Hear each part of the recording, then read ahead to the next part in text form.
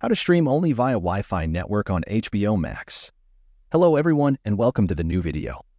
In the right video, I will show you how you can stream content only via Wi-Fi. Internet consumption is increasing every year. People do most of their work online, and that trend continues more and more. As business has become available on the internet, so has entertainment. One of the most popular forms of entertainment is watching movies and series. HBO is one of the most popular streaming services. As such, it takes care of its users and offers them the option to reduce their internet consumption by streaming only through Wi-Fi networks. Let's see how you can make it happen.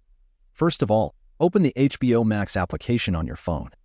When the application is opened, tap on the icon of your profile in the upper right corner of the screen. When the profile opens, tap the gear icon in the upper right corner.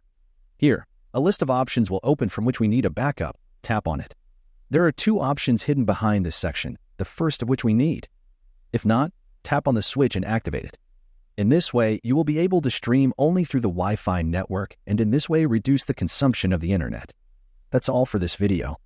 If you found this tutorial helpful, don't forget to give it a thumbs up, subscribe for more HBO Max tips, and hit that notification bell so you never miss an update from us. Thanks for watching, and I'll see you in the next one.